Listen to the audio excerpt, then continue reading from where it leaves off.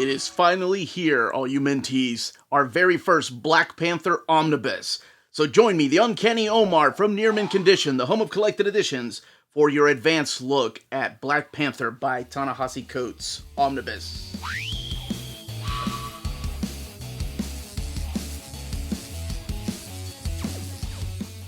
Before getting started, I want to give a huge thank you to David Gabriel and the fine folks at Marvel for sending us an advanced copy of this omnibus. This omnibus is due out in the direct market and book market on October 18th. And speaking of book market, direct market, what we're looking at here is the direct market cover. And this direct market cover is supplied by Michael Cho. The standard edition cover on the left-hand side is supplied by Brian Stilfreeze, who actually drew the first few issues of this series. But underneath that dust jacket, everything else is the same. So we have the Black Panther logo here. Here we have T'Challa. Here we have a blurb underneath the Marvel logo. This is without a doubt the greatest Black Panther run ever executed. Ta-Nehisi Coates, and then all these different creators, including Daniel Acuna, Wilfredo Torres, and Brian Stilfreeze. Leonard Kirk. The spine right here. So, Marvel Omnibus, Black Panther, no Volume 1, because this is everything that Ta-Nehisi wrote. Uncanny Omar talk pretty one day. Ta-Nehisi Coates wrote within the Black Panther. There is another book I'm going to be looking at here on Monday, but we'll take a look at that here in a second. And down here are your creators like Coates and Acuna and Walker. There's the image down there of Black Panther. And here we have the crew, which you'll find out what that is after reading this, or if you've read maybe some previous volumes of Black Panther. The retail price of this book is $125. Here it tells you what it collects, and the story of a king who sought to be a hero who was reduced to a slave who advanced into legend. Before looking underneath the dust jacket, which we are going to, I did want to get this book out here. As a matter of fact, I got this advanced copy before getting this, and I started reading this, and I'm halfway through the book, probably a little more than that, and I realized this came in. I'm like, I gotta talk about the first Black Panther Omnibus first, even though this is due out next week, and this October 18th. But they kind of go hand in hand. A lot of the stories in here are spun out of the stories that Ta-Nehisi Coates was telling here. He oversaw a lot of the miniseries. I'll talk about that more on my review of the book, or overview of the book. But what I wanted to do was show you how the spines look together, because they have this design. I don't know if you can tell or not. Let me see if I can hold it up a little bit closer to the camera. Not sure if that will help. But they do have a design, and it's a very similar design for both of them. This here has more of a bluish tint to it, and this has a little more purplish. So they are a little bit different in color. But down here are the images of T'Challa, and then comparing the back. Looks like they were using the same font there and there. Both of them retailing for $125. What's really cool, and I'm really glad they started doing this, on my Saturday streams, I showed what the underneath the dust jacket of the Thing looks like, and Miracle Man, and they're starting to just come up with different graphics for these books underneath the dust jacket. There is that design I was talking about. You can see it a little more clearly underneath there. And I think that is a really cool thing to do, because, before we did have the faux leather look to it, and then of course they started just doing the black on front and back. I don't know, it just kind of gets boring. So I read all my books without the dust jacket, so it's nice to have a different design. But I like the fact that they're taking chances and doing different images on them. But this is the Wakanda World of Black Panther Omnibus, and again, that'll come out on Monday. Let's focus back on this. So I am going to be talking about this particular run, but I have to talk about the previous runs that came before it. So I'm going to tell you where it fits into the reading order of Black Panther. I do have to talk about a little bit of spoilers, but I'll try to warn you ahead of time, because, well, there's just no other way around it. A lot of the things that happened before set up the stories and where T'Challa finds himself at the beginning of this. So, let's crack it open. Okay, let's crack this open. So this book is really broken down into 3 different parts. There are 3 big stories that are taking place during this omnibus, during this time of Ta-Nehisi Coates writing Black Panther. I love the designs that they're using for all of this. So here are the credits. You have Ta-Nehisi Coates writing every single issue here. Brian Stilfreeze, like I mentioned, kicking off the particular story at the beginning. You have Chris Sprouse after him. And you can tell a little bit of the difference, but I think it's really brought together by Laura Martin's colors. You also have Leonard Kirk. You have Kev Walker, one of my favorite artists to come from the UK. Daniel Acuna, who kicks off the Intergalactic Empire of Wakanda. And again, you have Chris Sprouse. Bunch of different inkers, bunch of different colorists besides Laura. But there's an introduction here by Brian Stilfreeze, how he came on board to the project, and what it means to him. And Brian Stilfreeze, of course, is a veteran of comic books. Like, he has been around for a long time. And so he is no strangers to drawing superheroes. You get a little bit of a blurb as to what has happened before this, but it really doesn't go into detail. Beautiful cover, the standard edition cover here, again, by Stilfreeze. So this collects Black Panther, the 2016 series, 1 through 18, and then they went back to the legacy number, 166 to 172, and then the 2018 series 1 through 25. So that is what's collected in here. This book has 1,224 pages. And the basic premise of all of this, the basic idea behind Black Panther, is that this is all taking place after Secret Wars. So this is before the movie came out. Marvel decided, okay, we're going to relaunch the series. We're going to give Black Panther a new ongoing series, because it had been a little bit since he had an ongoing series. You know, he had miniseries and he had canceled series, and I think the last one before this that had a long run was, of course, Reggie Hudlin's run. So they got Ta-Nehisi Coates to come in, who was not a writer of comics, and you can kind of tell that towards the very beginning of the writing. So all of this takes place after Secret Wars, where Marvel pretty much said, okay, we're starting over. It's not like DC, right? They're not rebooting the universe. They're not retconning the history of Black Panther. But I am going to talk about one little retcon. Now, I do have to talk about some of the things that happened before this to set up the events that you're going to see here. So in order for me to do that, I do have to talk about some spoilers for things like Jonathan Hickman's Avengers run, or the Doom War, or pretty much Secret Wars, just a little bit. And I am going to be talking about the death of a character, because they play a big role in this. Okay, so just in case, minor spoilers going in. Nothing too big, but minor spoilers as to what sets up T'Challa at the beginning of this. Okay, so in Secret Wars, of course, Marvel got rebooted a little bit, you know, not very much, because of what happened at the end of that. It's not like the character's history were rewritten. But during Jonathan Hickman's run on Avengers, a lot of bad things happened. We had the Black Order come in and attack Wakanda. We had Namor, of course, try to sink Wakanda. We had the Doom War. And Black Panther did something that a lot of people did not agree was the right thing to do. And that was pretty much destroy the vibranium in Wakanda, which made Wakanda stand out. Now, during the time when Black Panther was with the Avengers, his sister Shuri became kind of like the Empress of Wakanda, and she also became the Black Panther. So while he was gone, adventuring and avenging, she was here in Wakanda. Now, during one of these events, you should read these all by yourself, by the way, she does end up getting killed, sort of. Well, we'll talk a little bit about that here in a second. So during this time, T'Challa's coming back to his sister is now dead, and his mother, or I'm sorry, his father's second wife, this character right here, Ramonda, accepts him, you know, as the returning king. Now, Wakanda has kind of fallen apart because they don't really believe in him anymore. They're kind of upset with him. And I'm talking about just different sectors of Wakanda. So there's a lot of things that are happening here. By the way, I'm done with spoilers now about the things that happened before this.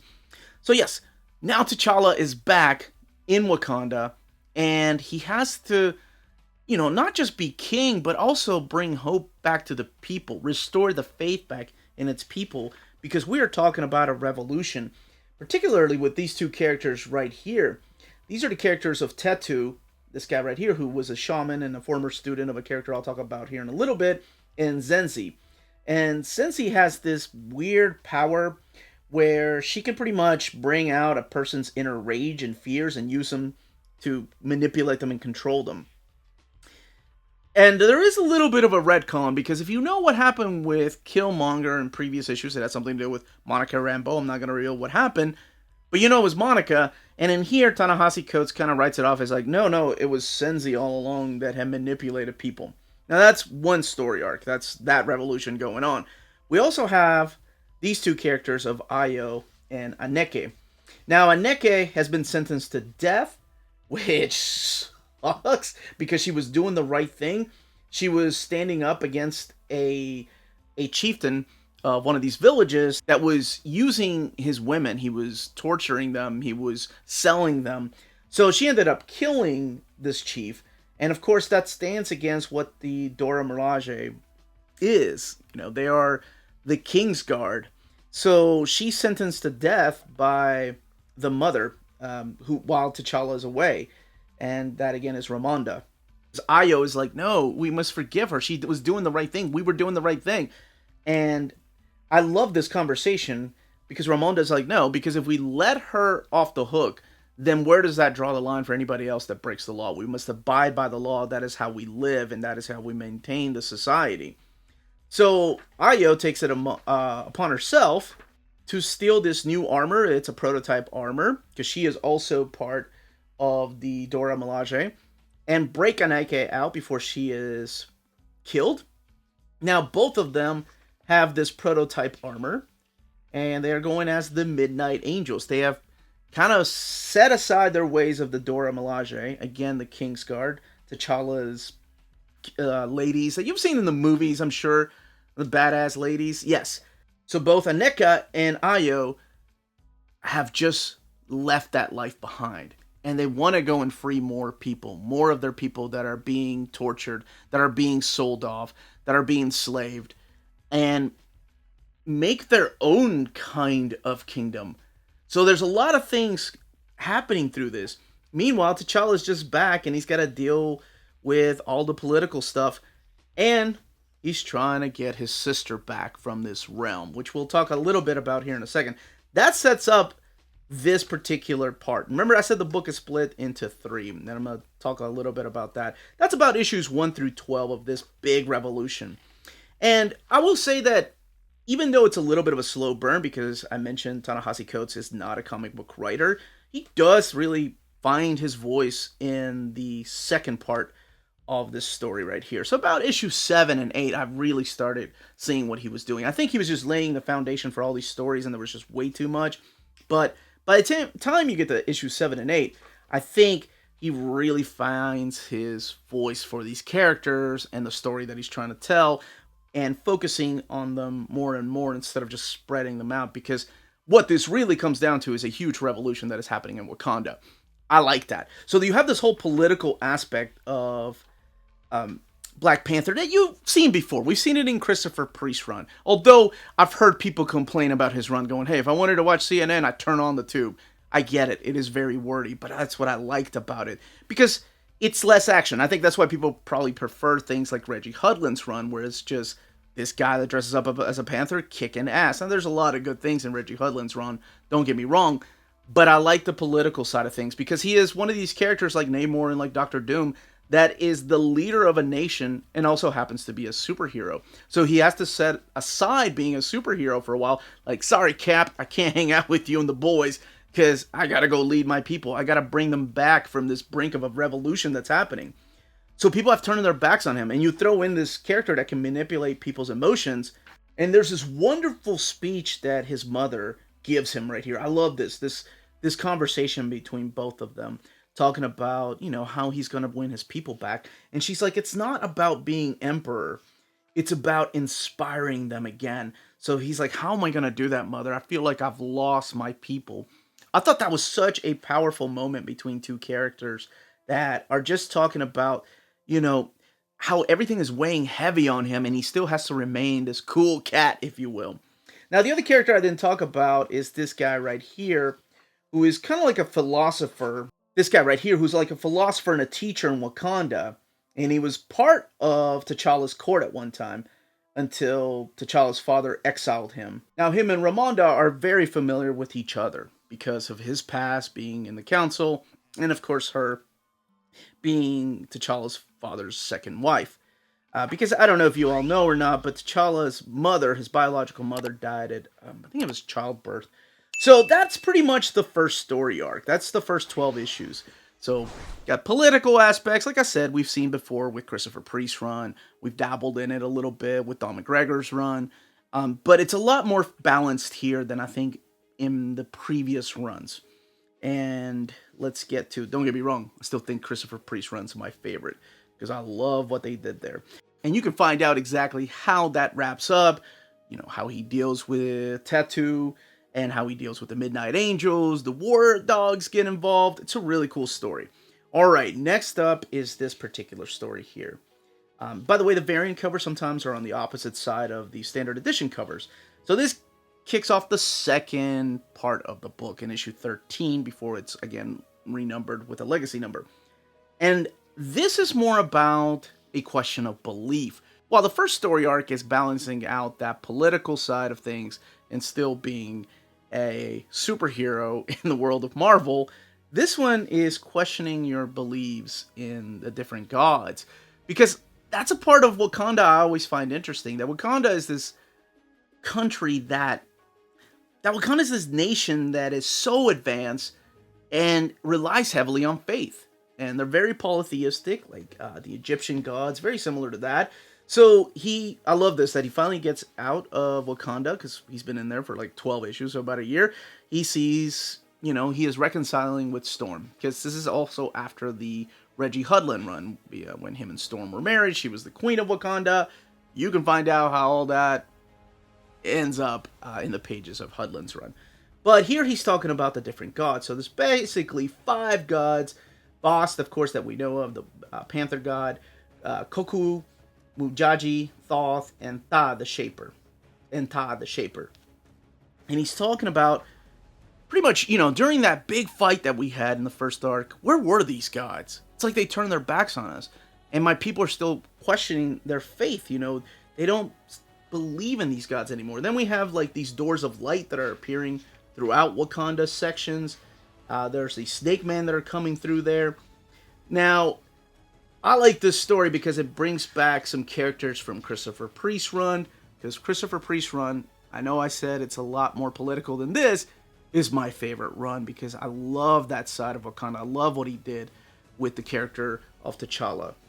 So it's up to him and the crew, which we'll show here in a little bit, to see what exactly is going on and who is really behind all of this. Because there's always people behind all this. And I love the use of Storm. There's some panels here that are just a throwback to like Dave Cockrum's run of Storm. And the reason he's talking to her, here's just a small sample of some of the characters you'll see. There's an awesome issue here with Claw, by the way. I love this variant cover. Right? Take on McFarlane's. But he starts talking to Storm and asking her, you're considered a goddess, right? Are you really a goddess? I love that conversation they have.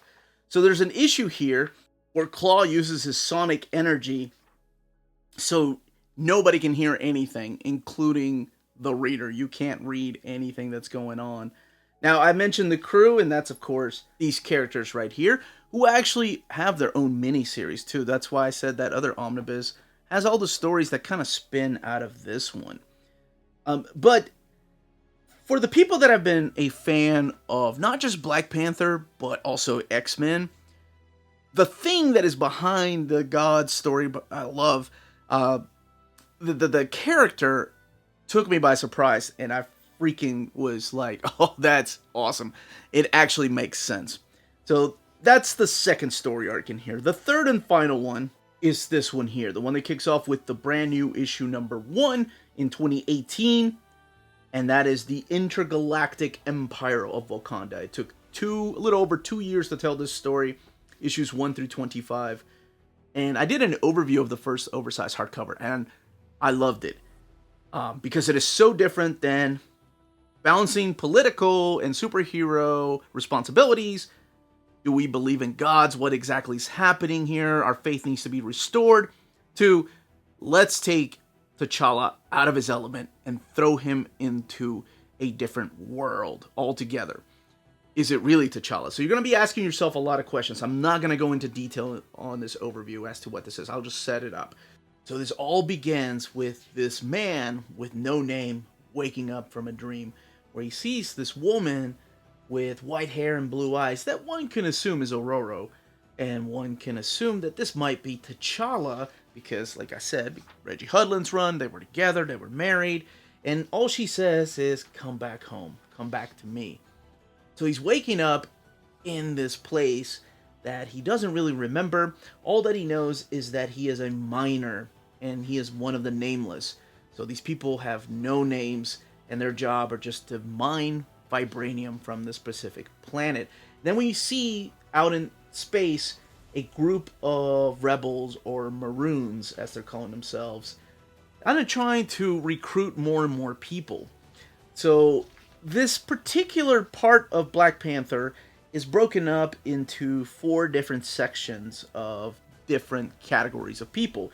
You have the miners, the nameless, like this gentleman right here that wakes up dreaming, that's fighting against these guards. These guards are all led by the Imperials. Now, the Imperials have a leader. There's an emperor out here. And the emperor has a name that is a big surprise, so I'm going to leave that out so you're not ruined or spoiled by this particular overview, because I thought that was a really interesting title or name to give this character. And then you have the Askari. So the Askari are like the police force of the Empire, and they're the ones in charge of the Wakanda slave trade. And then, like I mentioned, you have the rebels, the Maroons. And those are the people that are fighting the Empire's powers, and they're trying to recruit more and more people. So by the end of this, we see these characters, the Maroons, come in and try to rescue more of these nameless to recruit them for the cause of the rebellion. And we see this nameless guy go in and rescue people and be the heroic character. Like I said, one can assume is T'Challa, but we don't know where we are. We don't know if this is a distant planet. We don't know if this is an alternate reality. We don't know if this is the future. Or does it have ties to Secret Wars? See what I mean? But I think you may have to read that Secret Wars to enjoy this a little bit more. I think you get a little bit more out of this. But by the end of the first issue, the rebellion decides to take this nameless guy. And like I said, he has no memories. So they said, look, you showed a lot of bravery. You showed how strong you are. You showed that you could be a cunning leader. You remind us of somebody that died a long time ago. This emperor that is no more. So we're going to name you T'Challa. And that kicks off the Intergalactic Empire of Wakanda. It's a huge mystery, and you get little pieces by little pieces throughout this. Like I said, there is an emperor that shows up through here, and it's such a cool freaking story that took me by surprise because, you know, I was kind of seeing where Ta-Nehisi Coates' run was going, but by the time we got here, holy crap, it just became something completely different. I love when characters are taken out of their element and thrown against these forces that they have no control over. And is this really T'Challa, or is it a descendant of his, or is it just a memory or an alternate reality? Like I said, all these questions slowly will be answered, fear not. But that's the way the omnibus is broken up into these 3 different stories. Let's look at the extras in the back. So there's a couple of maps, by the way, throughout this, but here are all the variant covers, and you saw some of the variants on the opposite page of the standard edition covers. You have a lot of artists that you're probably familiar with. As a matter of fact, there's an Esad Ribic here, that cover that they use for the early years. I love that cover, though. This one here is by Udon Studios. There's the crew right there, who I'll talk a little bit more about on Monday when I do an overview or an advanced look at that particular book. This is, of course, the Jack Kirby cover right here. And there's Storm, who plays an important part. Not showing all of them, just showing most of these covers. So I am skipping a few covers here. Some of them have a little bit of a spoiler. I didn't want to ruin that. It's a beautiful Sam Pratt piece. Juan Cabal.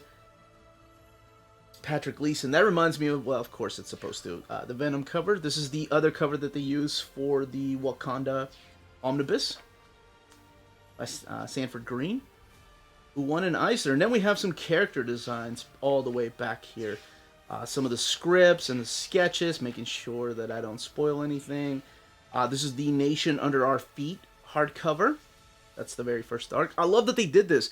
Hey, they're kind of taking my job from me here. This is the Black Panther chronology, which tells you, some of the high points of his run. They leave a lot of things out, of course, because that would take a couple of more pages. But they do touch upon some of the big story arcs. And then more cover sketches and the back. So, let's take a look at this binding. 1,224 pages. And here is what the sewn binding and the eye look like. So, we've seen bigger eyes before. It's not terrible. It does lay over rather well. As far as the paper quality, this is printed at the iMac printer. And I reread this. It took me a couple of weeks to reread this. I was going back between this and a couple of other books. So yes, there's going to be a lot of advanced looks here on the channel for the next couple of weeks. But honestly, it wasn't until I had them here that I noticed that there was some art coming through, especially through the white pages or the panels that just have white on them like this. I mean, you can see a little bit. I know it doesn't bother everybody, but I do want to point that out. It's not as thin as something like the JMS Omnibus Volume 1 or the Kurt Busiek Conan Omnibus. Not as thick either as the Conan Volume 8, though. Seems like that, but it is thicker than what I've seen recently. But that, as they say, is that. If you're interested in purchasing this book, don't forget to check out our sponsors. If you live in Europe and are interested in buying and pre-ordering Omnis, then you should definitely check out Walt's Comic Shop in Berlin, Germany. They have the cheapest pre-order prices for Marvel and DC books within the EU, flat rate shipping of €12 for all EU countries, bulletproof packaging, and all emails will be answered within 24 hours. They offer a huge selection of out-of-print books. Just head over to waltscomicshop.com for more great deals and rare titles. And for a limited time, you can use the code nearmintcon, all one word at the checkout, to get free shipping for all EU countries with your first order of over €40.